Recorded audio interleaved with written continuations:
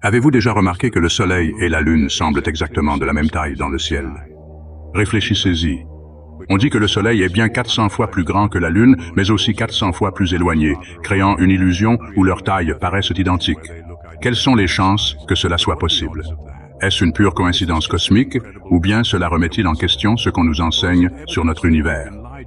Selon la science dominante, le Soleil est à 93 000 miles de distance et mesure 865 000 miles de diamètre, tandis que la Lune a une largeur de seulement 259 miles et se trouve à seulement 238 000 miles. Ils prétendent que ces deux corps célestes sont si parfaitement proportionnés qu'ils semblent avoir la même taille depuis la Terre. Mais voici le problème. Il n'y a aucune raison scientifique à cet alignement parfait. Pourquoi serions-nous précisément situés au lieu unique où ce phénomène est possible? Et si le Soleil était vraiment aussi énorme et éloigné, pourquoi semble-t-il proche et petit dans des time-lapses ou en observant la réalité environnante? Plus intriguant encore, le Soleil et la Lune suivent des trajectoires presque semblables dans le ciel, s'alignant tout au long des saisons. Si leurs tailles et distances différaient vraiment, leurs mouvements devraient être dissemblables. Mais ils agissent comme s'ils appartenaient à un même système proche. Analysons cela avec des preuves du monde réel, les éclipses parfaites. La seule raison pour laquelle nous pouvons avoir une éclipse solaire totale est que le Soleil et la Lune semblent de la même taille. Si leurs proportions étaient même légèrement décalées, les éclipses ne seraient pas possibles. Observation personnelle. Regardez le Soleil et la Lune se lever et se coucher.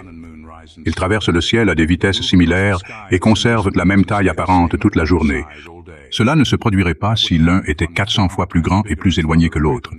Si le Soleil était vraiment à 93 000 miles de distance, il devrait changer de position de manière significative lorsqu'il est observé depuis différentes parties de la Terre. Mais ce n'est pas le cas. Il se comporte comme s'il était beaucoup plus proche.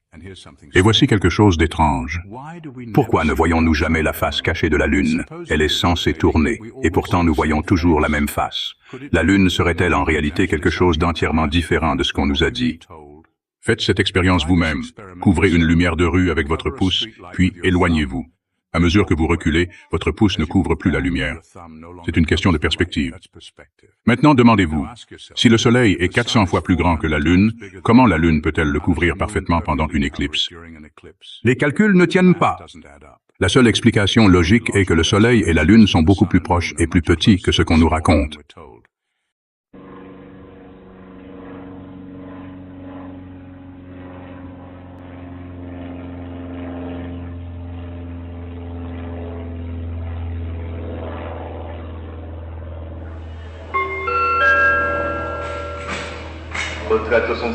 Le prochain livre de Éric Dubé intitulé La Terre plane sera très bientôt disponible en français sur ericdubé.fr.